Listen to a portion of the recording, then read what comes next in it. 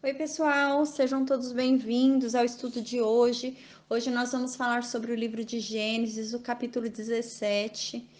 Recapitulando, né, para a gente entender hoje esse capítulo, a gente lembra que Deus havia feito uma promessa sobre a vida de Abraão, um homem já de certa idade, de 70 anos, 70 e poucos anos, cuja mulher, né, 10 anos mais nova que ele, era estéril. E Deus havia prometido sobre a vida deles um filho. Então a gente viu que após essa promessa de Deus, passou 10 anos, né? Dessa promessa feita por Deus, e Sara já ali na menopausa, né? Além da esterilidade dela, agora também na menopausa. Então, e provavelmente aquela ansiedade dos dois, aquela euforia de Abraão em ser pai, a gente viu que Sara acabou se cobrando, né, em ser a responsável em entregar aquilo que o marido dela tanto queria. Parecia que ela era o impedimento daquilo. Então ela resolveu tentar achar uma solução, né, para aquilo que ela estava impedindo de acontecer, segundo o que ela achava. Então a gente lembra que ela entregou Agar, né, para Abraão. E Abraão também não reclamou dessa ideia, né? Não se opôs a essa ideia de Sara, e realmente ele deitou com Agar e Agar veio a conceber de Abraão. Então a gente lembra que isso ocorreu quando Abraão teve Ismael, que foi o filho que ele teve com Agar. A gente lembra que Abraão tinha 86 anos de idade, né?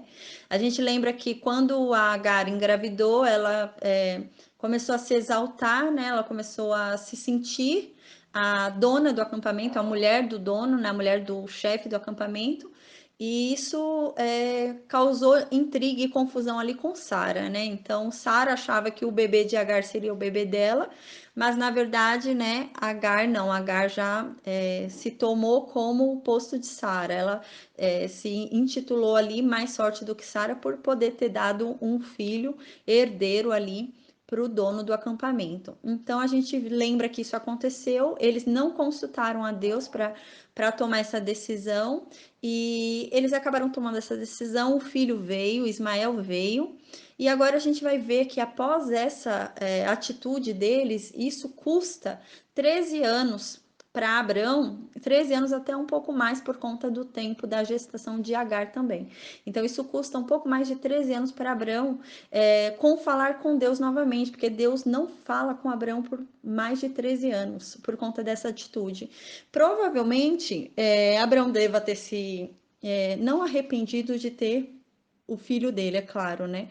Mas ele deve ter se arrependido de não ter consultado a Deus, de ter agido dessa forma, de não ter pensado nas consequências. Então, Abraão deve ter se humilhado diante de Deus, procurado a Deus para que Deus voltasse e falasse com ele. Que Abraão provavelmente tinha dúvidas se Deus ainda queria fazer o pacto com ele, se Deus ainda era com a descendência dele. Então, Abraão provavelmente tinha algumas dúvidas se Deus tinha realmente concordado com aquilo que havia sido feito, né? Porque até então a gente viu que quando Abraão tomou a decisão de se apartar do sobrinho dele Ló, Deus voltou e confirmou aquela decisão que Abraão tinha feito, né? Então, quando Abraão foi libertar Ló, o sobrinho dele, Deus veio e falou com Abraão. Então, Deus vinha confirmando o que Abraão vinha fazendo. E agora Deus não confirma, Deus passa 13 anos sem falar com Abraão.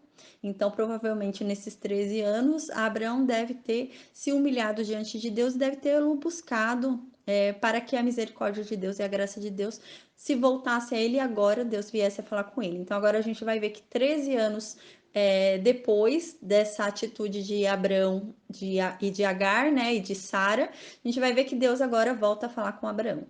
Então, no livro de Gênesis, no capítulo 17, no versículo 1, nós vemos: E quando Abrão era da idade de 99 anos, o Senhor apareceu.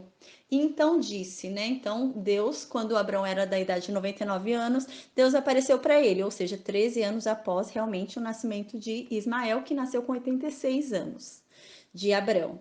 Então, Deus disse para Abraão: Eu sou o Deus Todo-Poderoso. Anda diante de mim e seja perfeito. Ou seja, agora Deus aparece para, de uma forma sutil e carinhosa, chamar a atenção de Abraão.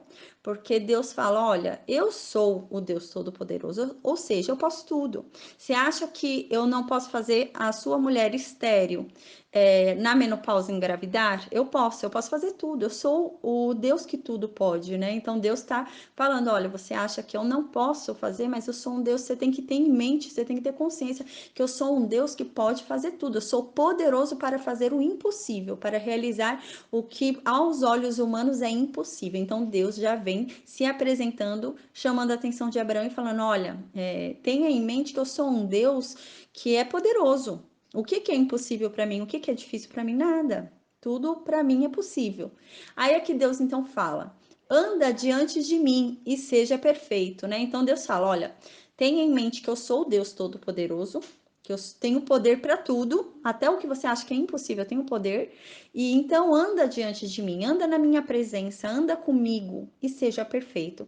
Ou seja, se Deus está falando para ele andar na presença dele, ser perfeito, é porque Abraão ainda não estava, né? Abraão vinha tentando andar na presença de Deus, vinha tentando obedecer a Deus, só que ele vinha falhando, né? Abraão estava ainda no início ali da vida dele com Deus. Então ele era um bebê ali na vida dele com Deus, então ele vinha caindo, tentando e caindo e vacilando. Então Deus agora fala, né? Olha, você tem que ter em mente que eu posso tudo. Se eu falo uma coisa, eu vou cumprir o que eu tô falando. Se eu tô falando algo que parece impossível, tenha em mente que eu sou um Deus que pode realizar, que realiza o impossível, né? Então agora Deus fala para ele: anda diante de mim, anda na minha presença. Né? Para de agir sozinho e andar por si mesmo, mas começa a andar pelas minhas instruções, começa a andar pelos meus caminhos e seja perfeito, né? Procure não errar, procure seguir as minhas instruções, procure fazer o que eu digo, procure não errar, procure não andar em pecado e ande comigo, me consulte, né? Ande na minha presença. Então, me traga para a tua presença, né? Não decida nada sem me colocar no meio, né? Sem me consultar, né? Anda na minha presença. Se uma pessoa anda na tua presença, você tem uma conversa ali com aquela pessoa que você não vai tomar decisões em que aquela pessoa não vai saber o que está sendo falado, o que está sendo feito, né? Porque a pessoa está ali com você, né? A pessoa tem ali um cotidiano contigo, a pessoa tem uma comunhão contigo, então aquela pessoa vai estar junto com você em toda decisão na tua vida. Então Deus fala isso: ande comigo de forma que toda decisão na tua vida seja influenciada por essa comunhão nossa, né? E não que você decida sozinho.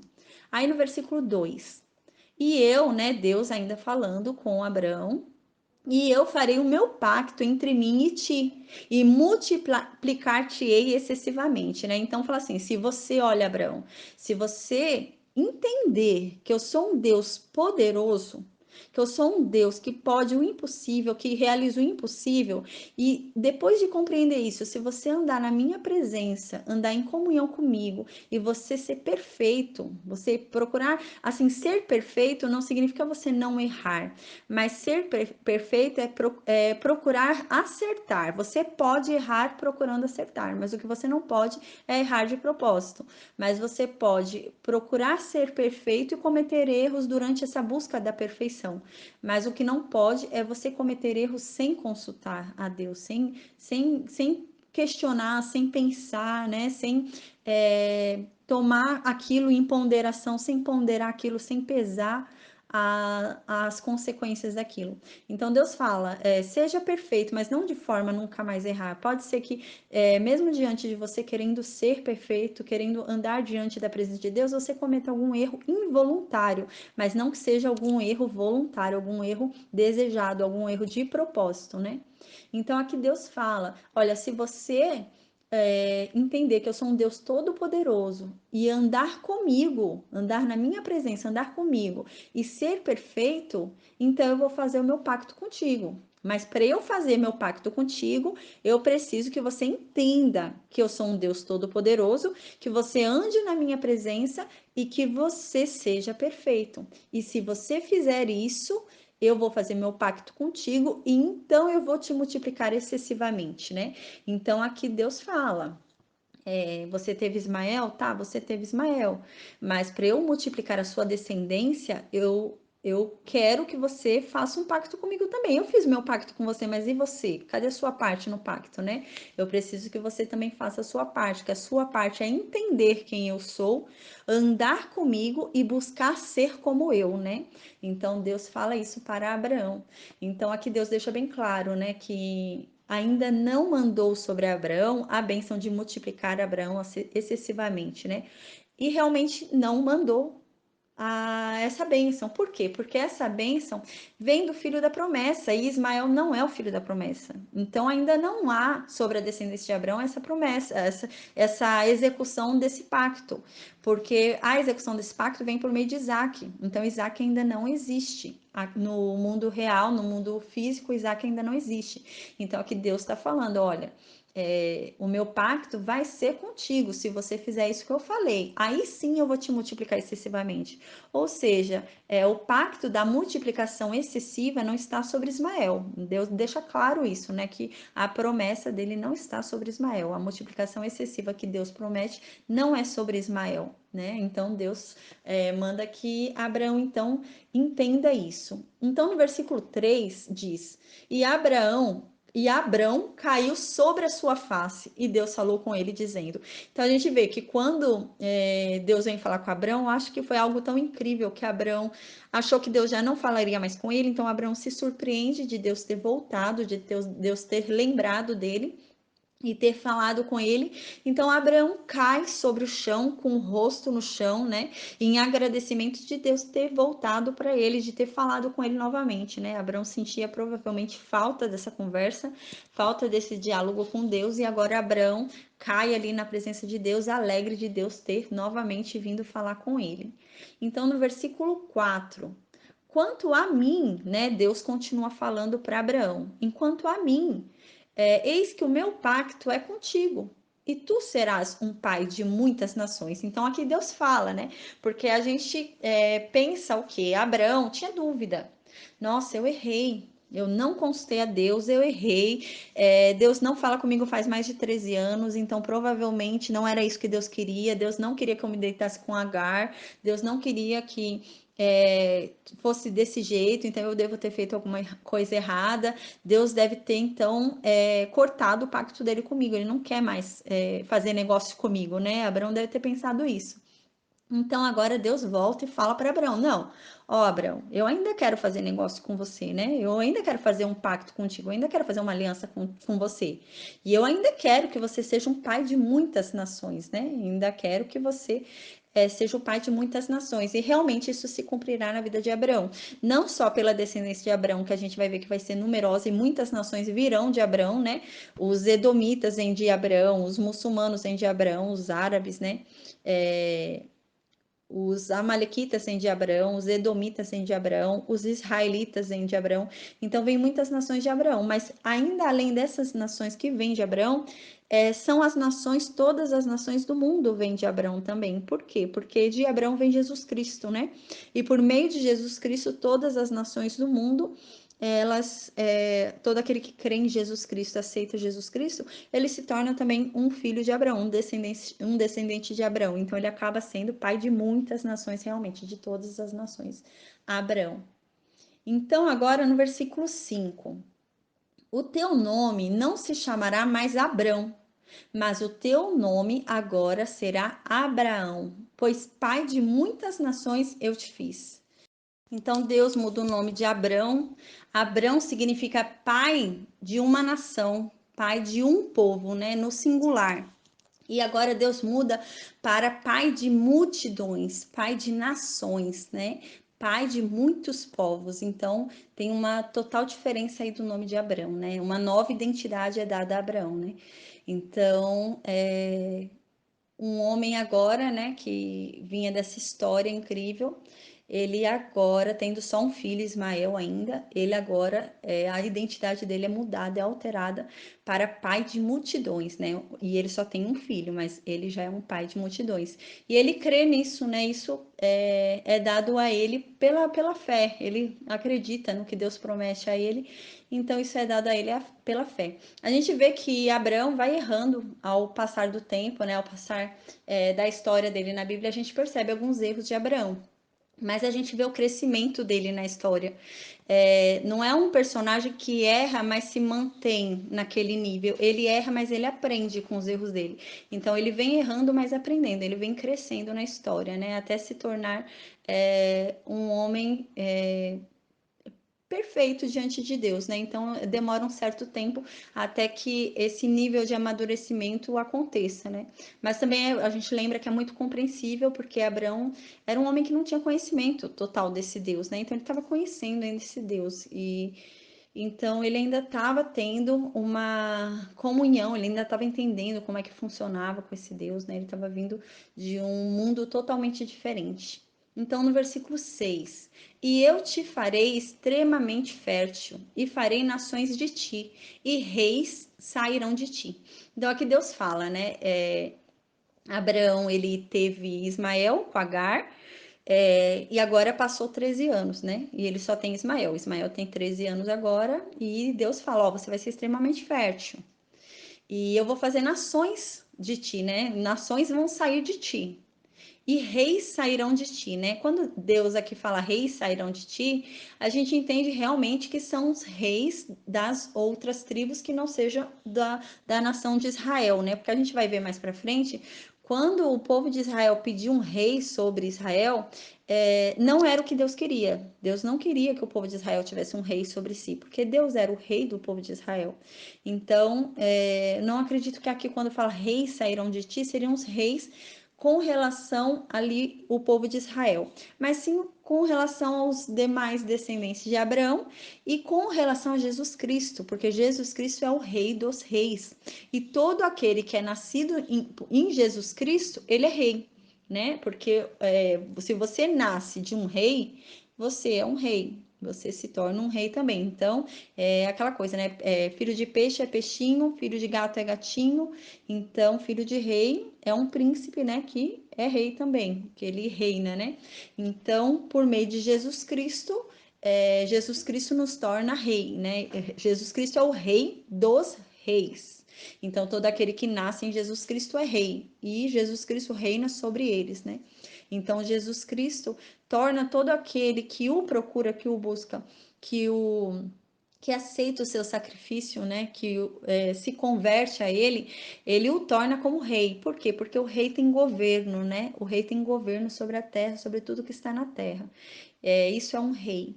E a nós, pelo plano original, foi dado o governo da terra, né? Porém, com o pecado do mundo, com a entrada do pecado no mundo, esse governo da terra foi passado para Satanás.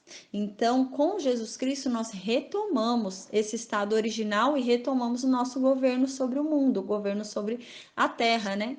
Então, nós somos reis. Por meio de Jesus Cristo, nós nos tornamos reis, porque nós governamos, né? Nós temos poder de governo por meio de Jesus Cristo. Então, no versículo 7 agora. E eu estabelecerei, Deus ainda falando com Abraão, e eu estabelecerei o meu pacto entre mim e ti, e tua semente depois de ti, nas suas gerações, para um pacto eterno, para ser um Deus para ti e para tua semente depois de ti. Então aqui Deus fala, né, que esse pacto que ele está celebrando com Abraão não é só para Abraão, vai alcançar a semente de Abraão nas gerações que forem vir, né? Para um pacto eterno, por toda a eternidade, para ser o Deus da semente dele, de Abraão. Então ele aqui Deus está falando, olha, eu sou um Deus que estou fazendo um pacto contigo e eu vou ser o Deus da tua semente. De toda a tua semente eu serei Deus. Ou seja, ele está falando que ele é um Deus de toda a descendência de Abraão e de toda descendência que vem de Jesus Cristo, né? Então, Jesus Cristo é a semente de Abraão, é a semente que veio de Abraão, a semente da promessa que vem de Abraão, e por meio dessa descendência de Jesus Cristo, nós participamos do pacto, por meio de Jesus Cristo, porque nós nascemos em Jesus Cristo. Então, por isso nós somos semente de Abraão, porque nós nascemos em Jesus Cristo e Jesus Cristo é semente de Abraão. Então, por meio de Jesus Cristo, nós nos tornamos semente de Abraão e fazemos parte do pacto que se estende à semente de Abraão, que o Deus de Abraão é o nosso Deus. Então, o Deus que é de Abraão tem o pacto conosco e é o nosso Deus também por meio de Jesus Cristo. No versículo 8 diz: E eu darei a ti e para a tua semente depois de ti a terra em que és estrangeiro, toda a terra de Canaã para a possessão eterna, e eu serei seu Deus. Então, aqui Deus promete para a semente escolhida de Abrão a terra prometida aqui na Terra, aqui nesse universo, aqui nessa nossa esfera física. Então, Deus promete aqui a terra de Canaã, não para qualquer descendência de Abraão, mas para a descendência da semente, porque a gente vai ver que de Abraão vão vir várias nações, né? Porém, é somente a nação de Israel é que vai ter direito sobre essa terra de Canaã, porque é a semente, é a nação que vai vir a semente da promessa que é Jesus Cristo. E todo aquele que vem de Jesus Cristo tem também, herda também uma terra, né? Herda também um local, mas o local desse que vem de Jesus Cristo é uma Canaã celestial, né? Então todo aquele que nasce por Jesus Cristo herda a terra da promessa nos céus, herda a Canaã celestial nos céus, aquele que é de Jesus Cristo. Enquanto que a descendência sanguínea de Abraão, que seria da semente da promessa, herda aqui na terra a terra de Canaã aqui mesmo, né? A terra aqui de Canaã, terra física. Enquanto que aquele que nasce em Jesus Cristo herda a terra celestial, né? A Canaã celestial. E no versículo 9: E Deus disse então para Abraão: Portanto, você guardará o meu pacto, você, sua semente depois de ti nas suas gerações, né? Então aqui Deus fala, olha. Então aqui Deus está falando, né? Olha, para que vocês recebam o que eu estou oferecendo, o que eu estou falando aqui, vocês devem fazer um pacto comigo. Eu vou fazer a minha parte, mas eu quero que vocês façam alguma coisa também na parte de vocês. Então, vocês vão cumprir a parte de vocês no pacto e eu vou fazer a minha parte no pacto, né? Não vou ser mais só eu que vou cumprir o pacto aqui. Vocês também vão cumprir a parte de vocês no pacto. Aí no versículo 10, Deus fala qual que é esse pacto que o povo vai precisar fazer para que essa aliança seja confirmada, essa aliança com Deus seja confirmada. Então Deus fala no versículo 10: Este é o meu pacto. Vocês deverão guardar entre mim e vocês e tua semente depois de ti, né? Então esse é o pacto que vocês devem guardar entre vocês e a semente de vocês, né? Toda a sua descendência. Esse é o pacto que vocês vão ter que fazer comigo. Todo filho homem entre vocês será circuncidado, né? Então, a parte que cabe para vocês do pacto é essa. Vocês vão ter que circuncidar todo homem que houver entre vocês, né, desde pequeno, vocês vão ter que circuncidar. Aí vocês vão mostrar que me querem por meio dessa atitude, por meio desse pacto, por meio dessa ação, e então eu vou fazer minha parte. Aí a gente vai ter uma aliança, porque Deus vai fazer a parte dele, Deus entrega a parte dele, mas a gente tem que dar a nossa contrapartida também. Então Deus está falando: não, a contrapartida de vocês vai ser essa, vai ser fazer a circuncisão dos homens. Então no versículo 11, Deus diz: E vocês circuncidarão a carne do vosso prepúcio, e será um sinal do pacto entre mim e vocês, né? A circuncidação, né? Quando circuncida a carne do prepúcio, seria, por exemplo, hoje como se fosse uma cirurgia de fimose, né? Então aqui Deus fala: ó, vocês vão fazer uma circuncisão do prepúcio, e esse vai ser o sinal. Então, esse vai ser a parte de vocês no pacto. Se vocês fizerem isso, vocês estão querendo aliança comigo. Então, a gente vai fazer aliança se vocês fizerem isso, né? Então, a circuncisão era o sinal do pacto ali, né? Era o sinal que o povo queria realmente ter aliança com Deus. O povo queria aquilo que Deus estava oferecendo e o povo queria aliança com esse Deus. Hoje, o sinal do pacto não é mais a circuncisão na carne. Hoje o sinal do pacto é por meio de Jesus Cristo. Hoje Jesus Cristo é quem nos circuncida. Porque antes nós tínhamos uma aliança, né? Dessa circuncisão era uma aliança de sangue. Você cortava parte do prepúcio e era uma aliança de sangue com Deus. Então você tinha uma aliança de sangue com Deus que você realmente queria aquele Deus na tua vida. Hoje a nossa aliança de sangue com Deus é por meio de Jesus Cristo. porque Jesus Cristo é que derramou o sangue que nós devíamos ter derramado. Então, hoje a nossa aliança com Deus é por meio de Jesus Cristo. Então, hoje nós devemos buscar a aliança com Deus por meio de Jesus Cristo. Então, é Jesus Cristo hoje que sela o nosso pacto com Deus.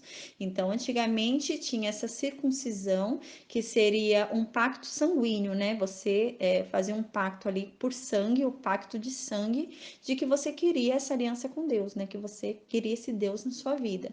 E hoje você não precisa mais fazer uma aliança com seu sangue, porque Jesus Cristo já deu o sangue dele por nós. Então, o sangue de Jesus Cristo já bastou. Então, a gente tem que fazer uma aliança por meio daquele sangue que foi derramado por nós. Então, a aliança hoje que nós fazemos é por meio de Jesus Cristo. Ele é a nossa aliança com Deus. E a nossa parte nessa aliança, nossa parte nesse pacto é mostrar que a gente aceita Cristo, que a gente concorda com o que Cristo fez por nós, que a gente reconhece que Cristo é o nosso Salvador, né? Então, hoje a circuncisão é por meio de Cristo e ela é feita por meio do batismo. Hoje a circuncisão, que era aquele corte, que era aquela aliança de sangue. Hoje ela é simbolizada pelo batismo, né?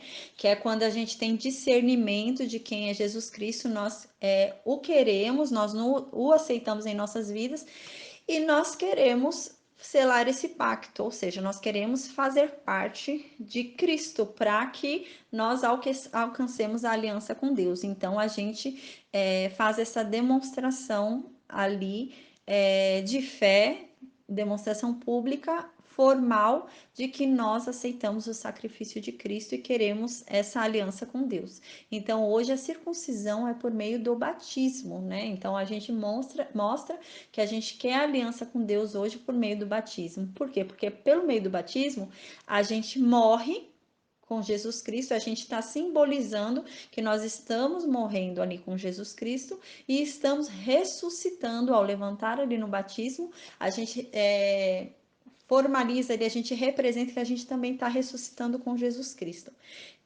O prepúcio também, ao ser tirado, era uma limpeza. Significava uma limpeza, uma higiene, né? Tanto que até hoje a medicina fala que a retirada do prepúcio é algo que é higiênico, né? É um costume higiênico, isso é algo que é bom, porque é símbolo de limpeza, é algo que é limpo, torna-se limpo. Então, de certa forma, era um sinal realmente, né? Você fazia um pacto de sangue com Deus para se tornar limpo, né? Então, por meio do prepúcio, você cortava ali, né, o prepúcio, você fazia um pacto de sangue com Deus, que após aquele pacto você estava limpo, porque aquilo é um ato, né, um símbolo, segundo a medicina hoje moderna, isso é um ato de higiene que torna limpo, traz limpeza. Então, era uma forma de você fazer um pacto de sangue com Deus e se purificar, né? Então, você se tornava limpo. E é a mesma coisa de Jesus Cristo. A gente hoje tem um pacto de sangue com Deus, porém esse sangue foi derramado por Jesus Cristo e esse sangue nos torna limpo. Esse sangue que foi derramado nos torna limpos. Então nós nos tornamos limpos por meio desse sangue que foi derramado. Então nós precisamos aceitar esse sangue que foi derramado para nos tornarmos limpos, senão a gente não vai ter parte com esse sangue. Então como que a gente vai ter parte com esse sangue? A gente precisa reconhecer Jesus Cristo como nosso Salvador, precisa reconhecer publicamente e precisa se batizar. Por quê? Porque o batismo nas águas, né? O batismo de arrependimento, que é o batismo que Jesus Cristo fez também, o batismo de João Batista, ele é um batismo tremendamente importante para essa parte da vida. Porque você é um batismo de arrependimento dos seus erros, arrependimento dos seus pecados. Porque você só consegue nascer de novo se você se arrepender de quem você era. Se você não se arrepende do que você era, não tem por que você mudar. Você só vai mudar se você se arrepender do que você era. Então a gente precisa ter um batismo de arrependimento. Então esse batismo de arrependimento significa que nós nos arrependemos de tudo o que nós éramos, de quem nós éramos, e nós queremos agora nascer de novo em Cristo, né? Então nós fazemos o batismo do arrependimento, descemos as águas, onde nós morremos com Cristo, porque nós nos arrependemos dos nossos pecados, de tudo que nós éramos, e levantamos nascendo novamente em Cristo, né? A gente renasce ali com Cristo nesse batismo. Então, a gente encontra isso na própria Bíblia, no livro de Colossenses, no capítulo 2, do versículo 11 ao 14, diz: Por estarem unidos com Cristo, vocês foram circuncidados, não com a circuncisão que é feita no corpo, mas com a circuncisão feita por Cristo, pela qual somos libertados do poder da natureza pecadora. Então, aqui está falando exatamente isso, né, nesse trecho. Hoje nós não somos mais circuncisos pelo nosso sangue. Não adianta a gente ir lá e cortar o nosso sangue e tentar fazer uma aliança com Deus, um pacto de sangue com o nosso sangue. Nosso sangue não vale nada, então não adianta. A gente tem que fazer um pacto com Deus pelo sangue que já foi derramado e o sangue que era um sangue puro, né? Nosso sangue não é puro, então tem que fazer um pacto com aquele sangue que foi derramado por nós. Nós fomos libertados da nossa natureza pecadora pelo sangue de Jesus Cristo. Então a gente lembra que a circuncisão é um processo que você faz por meio de um ato de sangue, então é um pacto de sangue ali, onde através daquele pacto de sangue você se torna limpo, né? Aquele órgão, aquela parte se torna limpa. Então assim é a gente. Nós hoje somos assim. Nós fazemos um pacto com Deus por meio de Jesus Cristo e em Jesus Cristo nós nos tornamos limpos. Limpos do quê? Da nossa natureza pecadora. Então, no versículo 12, continuando de Colossenses. Pois, quando vocês foram batizados, foram sepultados com Cristo. E no batismo também foram ressuscitados com Ele por meio da fé que vocês têm no grande poder de Deus. O mesmo Deus que ressuscitou Cristo. Antigamente, no versículo 13, antigamente vocês estavam espiritualmente mortos por causa dos seus pecados e porque eram não judeus e não tinham a lei. Mas agora Deus os ressuscitou junto com Cristo. Então, antigamente, todos eram mortos. A única, só realmente tinha pacto com Deus quem era judeu, porque Deus só fazia esse pacto com os judeus, né? E com aqueles que andavam com os judeus, porque realmente a gente vai ver mais para frente que todo homem da casa de Abraão, mesmo que não fosse sanguíneo de Abraão, podia fazer parte desse pacto com Deus. Porém, quem não era da família de Abraão, da casa de Abraão, não podia fazer esse pacto com Deus, tinha que ser ali da família de Abraão. Então a gente vê que a lei ali, aquele pacto era restrito à casa de Abraão. Mas hoje, Jesus Cristo alcança todos, não só a casa de Abraão, mas todo aquele que vier por meio de Jesus Cristo, ele é aceito pelo Pai, né? Então ele é revivido, né? Porque com a chegada do pecado ao mundo, o espírito que Deus soprou sobre nós, ele foi morto, né? Espiritualmente nós estávamos mortos. A nossa ligação com Deus estava morta. Com a entrada do pecado, nós perdemos a ligação com Deus. Então, por meio de Jesus Cristo, essa ligação volta, né? Então, o pecado fez com que nós perdêssemos a ligação com Deus e Jesus Cristo faz com que essa ligação volte. Como Jesus Cristo ainda não existia nessa época, qual que era a ligação com Deus? Era a circuncisão. Para quem que era a circuncisão? Para a casa de Abraão. Então, somente a casa de Abraão tinha aliança com Deus. Então, não tinha aliança com Deus quem não fosse da casa de Abraão. Então, hoje, até quem não é judeu tem a aliança com Deus por meio de Jesus Cristo. Então, continuando agora, no final do versículo 13, mas agora Deus os ressuscitou junto com Cristo. Deus perdoou todos os nossos pecados e anulou a conta da nossa dívida, com os seus regulamentos que nós éramos obrigados a obedecer. Ele acabou com essa conta, pregando-a na cruz. Então, com o pecado, com o surgimento do pecado, quando há o pecado, é, há uma morte espiritual, você perde a aliança com Deus e você passa a ter uma dívida. Você tem uma dívida com Satanás, você começa a ter uma dívida com Satanás. E essa dívida precisa ser paga, porque o pecado é a morte. Então alguém precisava morrer, né? Então o pecado é a morte, é uma morte espiritual e uma morte também física. Então tem uma dívida a ser paga. Então essa dívida ela foi paga. foi paga por Jesus Cristo. Jesus Cristo pagou a nossa dívida, sendo pregado na cruz. Ele pagou na cruz as nossas dívidas. Por isso que diz na Bíblia que pelas pisaduras de Jesus Cristo nós fomos sarados, fomos curados. Porque naquela cruz Deus nos curou, Jesus Cristo nos curou, né? De toda doença, de tudo que o pecado nos traz, Jesus Cristo nos curou naquela cruz. Então, hoje, por meio de Jesus Cristo, nós somos perdoados. Então, é isso que fala aqui em Colossenses. Então, agora continuando no versículo 12. E aquele que tem 8 dias, voltando para o versículo 12 do capítulo de Gênesis, né? No capítulo de Gênesis 17. No versículo 12 diz: E aquele que tem 8 dias será circuncidado entre vós, todo filho homem nas vossas gerações, aquele que é nascido em casa ou comprado com dinheiro de algum estrangeiro que não é da tua semente. Então aqui a gente vê que com 8 dias já começa a circuncisão. A criança fez 8 dias de idade, já pode cortar o prepúcio. A medicina nossa, moderna, hoje diz que realmente com 8 dias a criança tem capacidade de aguentar esse tipo de cirurgia. Com 7 ela não teria. Então é o tempo certo em que a criança pode aguentar esse tipo de cirurgia. E aqui fala também, a gente observa no versículo 12, que aqui Deus deixa claro que a aliança dele, o intuito dele, né? É porque assim, a Bíblia, na verdade, uma revelação gradual dos planos de Deus, né? Deus vai revelando gradualmente o plano da salvação conforme a gente vai conhecendo a Bíblia. Conforme a gente vai lendo a Bíblia, a gente vai entendendo o plano da salvação. Deus vai revelando para a gente o plano da salvação.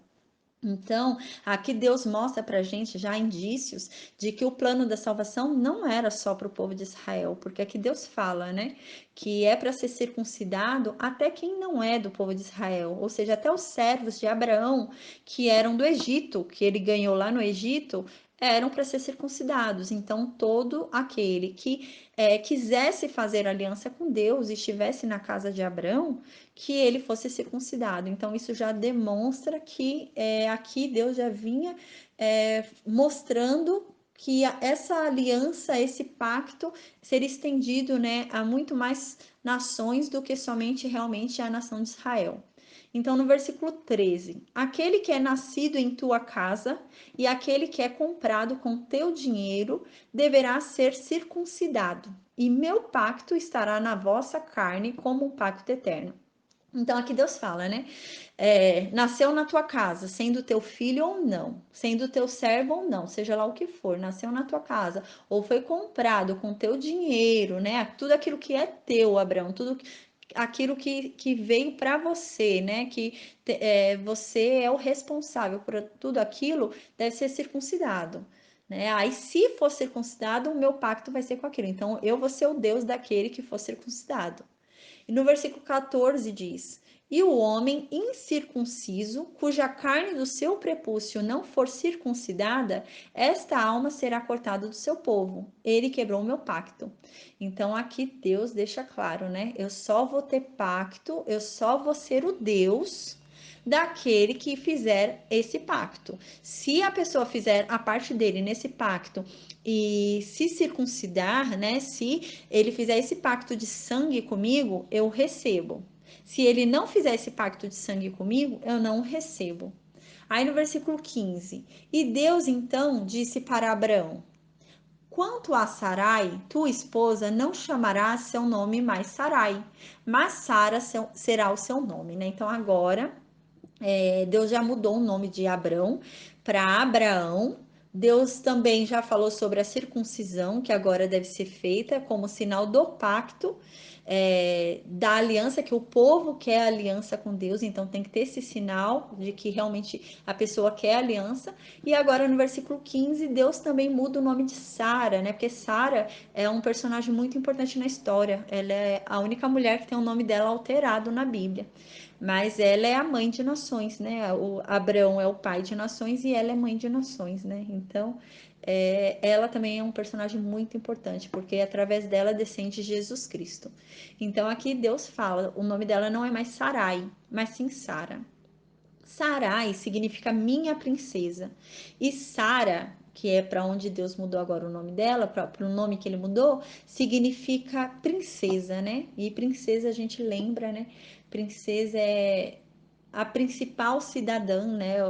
Aquela que é mais importante, né? É a primeira cidadã do local. Então, Deus muda não para minha princesa, algo particular, né?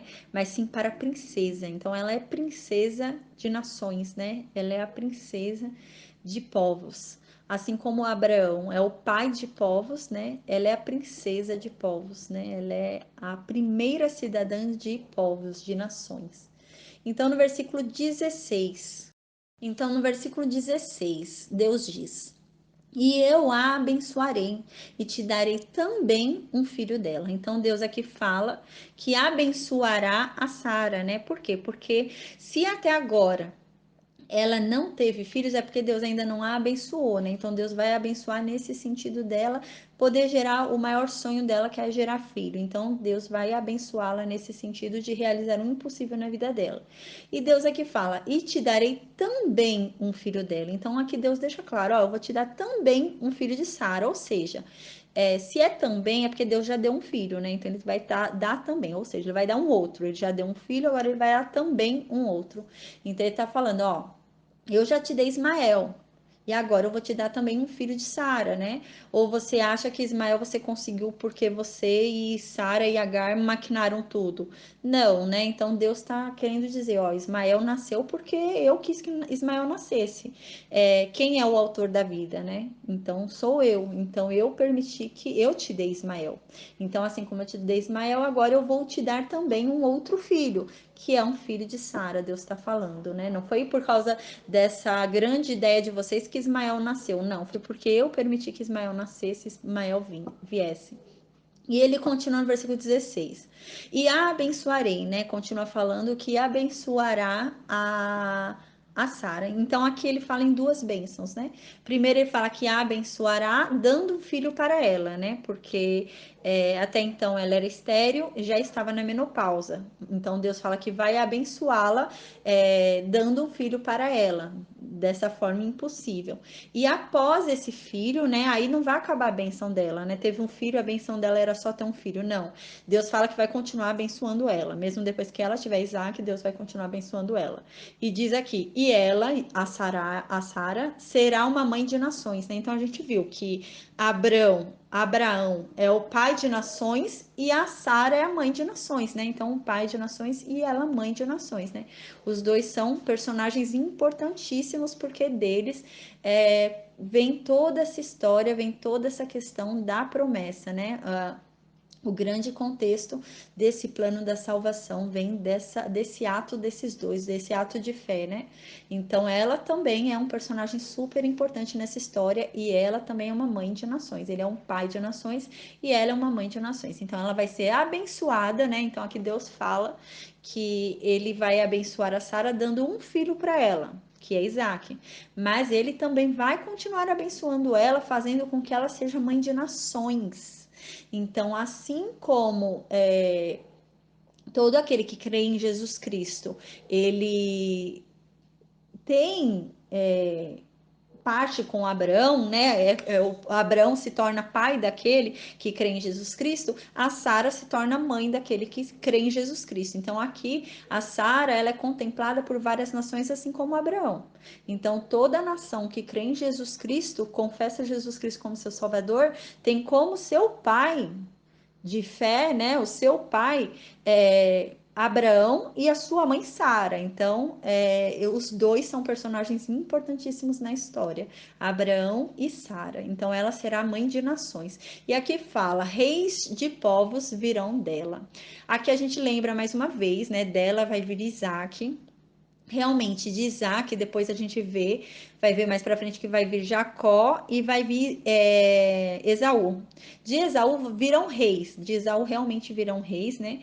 Mas a gente lembra, conforme eu disse nos versículos anteriores, com relação ao Abraão, quando Deus fala para Abraão que reis de povos virão dele, não seriam reis de Israel, porque a gente vai ver mais para frente que quando o povo de Israel pedir para Samuel um rei, Deus não vai se agradar disso, não era esse o plano de Deus para Israel. O plano de Deus para Israel era Deus ser o rei de Israel, Deus continuar governando Israel e não um homem, né?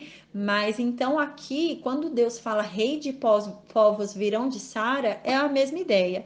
Deus aqui não está pensando em relação ao povo de Israel, porque Deus não queria que o povo de Israel tivesse reis humanos. Deus queria que o povo de Israel tivesse a Deus como seu rei, como seu governador, né?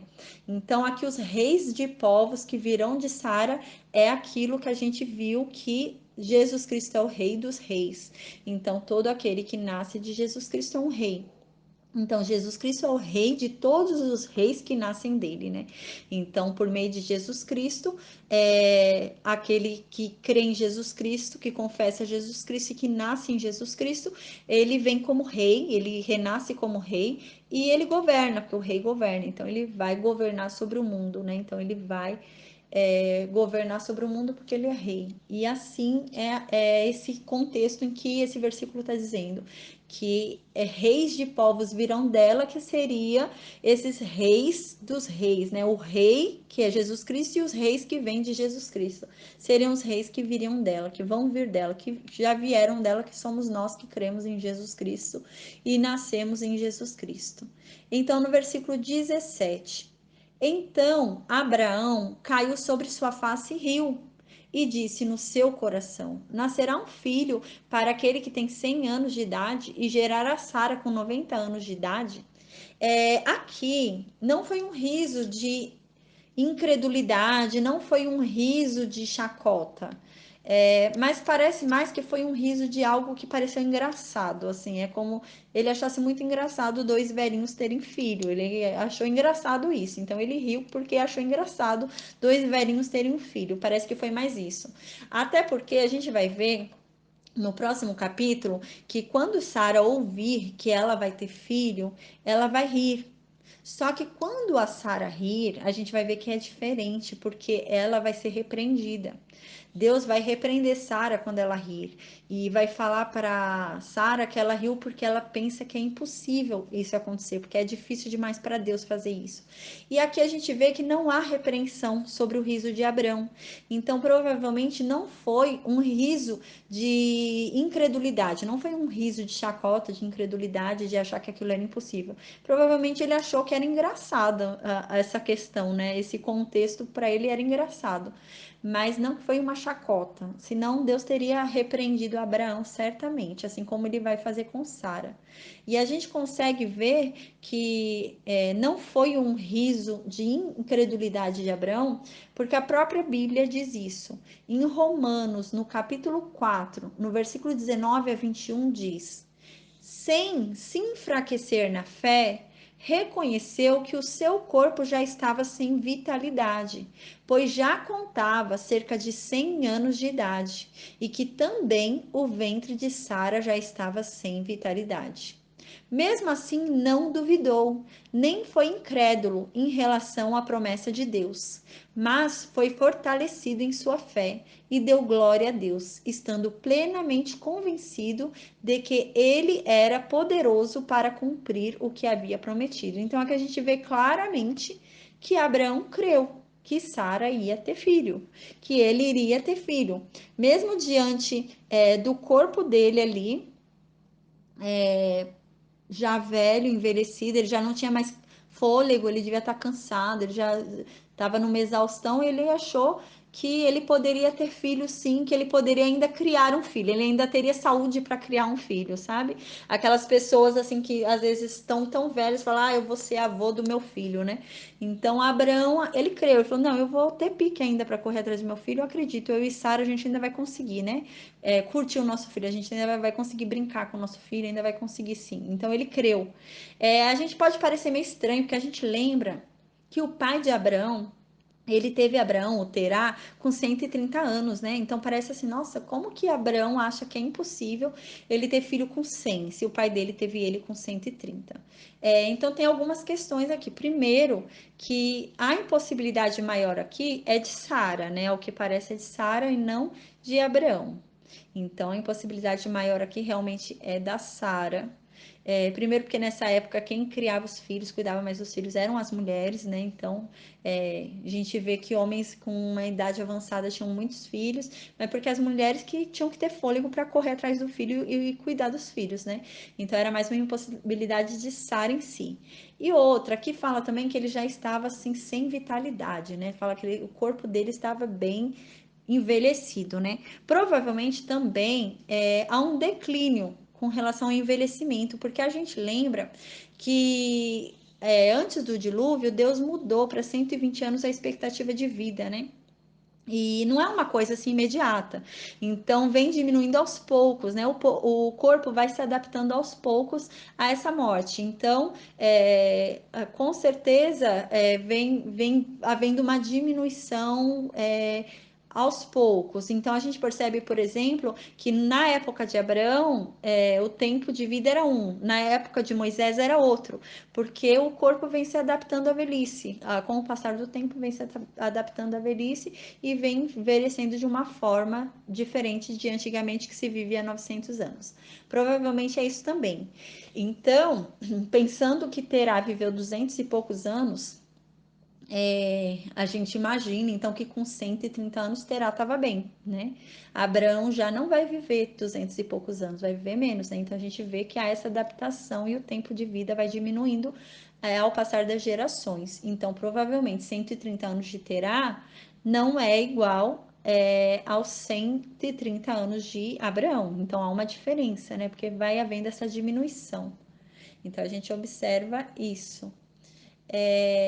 Aqui também no versículo 18, agora continuando, e Abraão disse para Deus, né, que Ismael possa viver diante de ti. Aí aqui, né, Deus havia falado que Sara vai dar um filho para Abraão.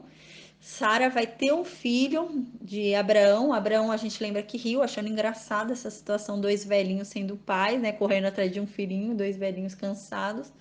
Então aí Abraão ele creu tanto no que Deus falou, que os dois iam ser pais, que Abraão falou, que Ismael possa achar graça diante de ti, meu Deus. Porque Abraão, ele ficou com medo, ele falou, nossa, agora o que vai ser de Ismael? Já que Sara vai ter um filho, e esse filho é o filho da promessa, Deus vai abandonar Ismael. Agora Ismael tá perdido, né? Então Abraão teme por isso. E Abraão fala: ai Deus, que Ismael possa viver diante da tua presença, que Ismael possa achar um lugarzinho ali na tua presença, que o Senhor não o desampare, que o Senhor não se esqueça de Ismael, que o Senhor possa olhar também para Ismael, não olhe só para Isaac, né? Então, Abraão crê tanto nessa promessa da vinda de um filho por Sara, que ele começa a temer por Ismael. Ele fala: Ismael não era o filho da promessa. Mas eu amo Ismael, Ismael é meu filho, e tomara que ele pelo menos possa ter um pouquinho da atenção de Deus, né? Deus não dê atenção somente para Isaac, Deus não abençoe somente meu filho com Sara, mas que Deus possa olhar também por Ismael. Então, no versículo 19, e Deus então respondeu, né, diante disso que Abraão falou, que Ismael possa achar graça diante de ti, ter um espacinho ali na tua presença, né? Então Deus responde: olha, Sara, a tua esposa, de fato ela vai te gerar um filho, e ele vai se chamar Isaque, e eu estabelecerei o meu pacto com ele, como pacto eterno e com sua semente depois dele. Então, aqui Deus fala: não, é verdade, você tá certo. O meu pacto é com Isaac, não é com Ismael. Eu não tenho pacto nenhum com Ismael, meu pacto é com Isaac, né? Deus fala, você tá certíssimo, é isso mesmo. A Sara vai ter um filho, e o meu pacto vai ser com o filho de Sara e com a semente do filho de Sara.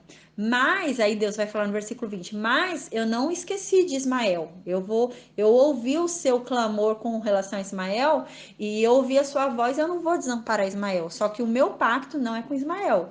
O meu pacto é com Isaac. Aí ele fala no versículo 20, Deus fala para Abraão: e quanto a Ismael, eu te ouvi. Eis que o tenho abençoado e o farei frutífero e o multiplicarei excessivamente. 12 príncipes ele gerará e eu farei dele uma grande nação. Então aqui Deus fala: ó, eu te ouvi, eu não só te ouvi, como eu venho te ouvindo sobre Ismael, porque eu tenho abençoado ele, eu já venho abençoando Ismael. Ismael tá aí bem, com saúde, com 13 anos, por quê? Porque eu tenho abençoado ele, né? E eu vou fazer Ismael muito frutífero, ele vai crescer muito, né? Ele vai ser multiplicado. E eu vou fazer príncipes dele. Então a gente já vê uma diferença aqui, né? Porque de Isaac virão reis. Agora de Ismael virão príncipes. Então aqui fala, Ismael gerará 12 príncipes e eu farei dele uma grande nação. Então a gente vê que de Isaac, né, virão muitas nações. De Isaac nascerão muitas nações. Porém, de Ismael terá uma grande nação, né? Terá uma nação. De Ismael virá uma grande nação, que é a nação árabe, né? Os muçulmanos vêm de Ismael. Então, no versículo 21, mas o meu pacto eu estabelecerei com Isaque, que Sara te gerará neste tempo determinado no próximo ano. Ou seja, mas ó, eu não vou desamparar Ismael, eu vou abençoar Ismael, eu vou fazer Ismael ser frutífero, mas o meu pacto o meu pacto, o pacto que eu tenho, né, que seria o pacto da salvação, a semente da salvação, a semente que vai libertar nações, eu vou estabelecer com Isaac. É de Isaac que vai vir essa semente, né? E a Sara vai gerar Isaac nesse mesmo período aqui, nesse mesmo mês, o ano que vem. Então, o ano que vem, nesse mesmo período, a Sara já vai estar ganhando Isaac. Aí no versículo 22.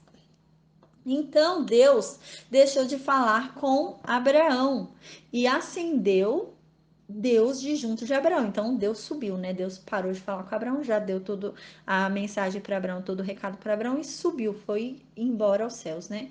Então no versículo 23, e Abraão, então, depois dessa conversa com Deus, depois das instruções de Deus, depois de Deus falar sobre o sinal do pacto que eles deveriam fazer, a parte deles do pacto, que é a circuncisão, Abraão então pega Ismael e todos os que haviam nascido na casa dele, todos os homens, né? Todos que tinham sido comprados com dinheiro, todo homem que estava na casa dele, de Abraão, ele pegou todos e circuncidou a carne de todos no mesmo dia, como Deus havia falado.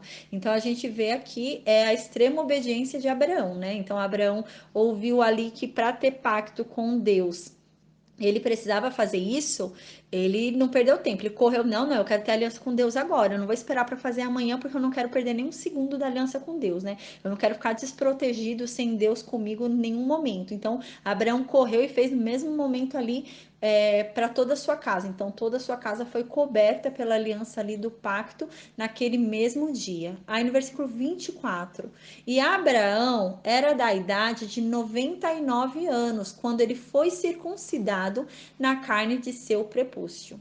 Então, no versículo 25, e Ismael, seu filho, era da idade de 13 anos, quando ele foi circuncidado na carne de seu prepúcio. Até hoje, os árabes, eles circuncidam os meninos com 13 anos, por conta disso, porque Ismael foi circuncidado com 13 anos de idade. Então, até hoje, os árabes circuncidam os meninos com 13 anos. E no versículo 26 diz: no mesmo dia foi circuncidado Abraão e seu filho Ismael.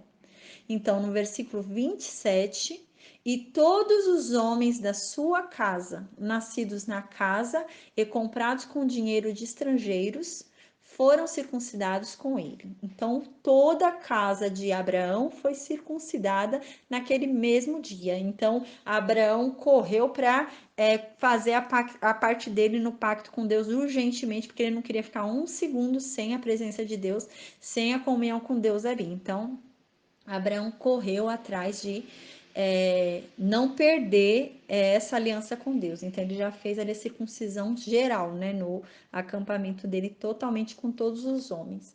Então aqui hoje a gente termina o estudo do capítulo do livro de Gênesis, capítulo 17.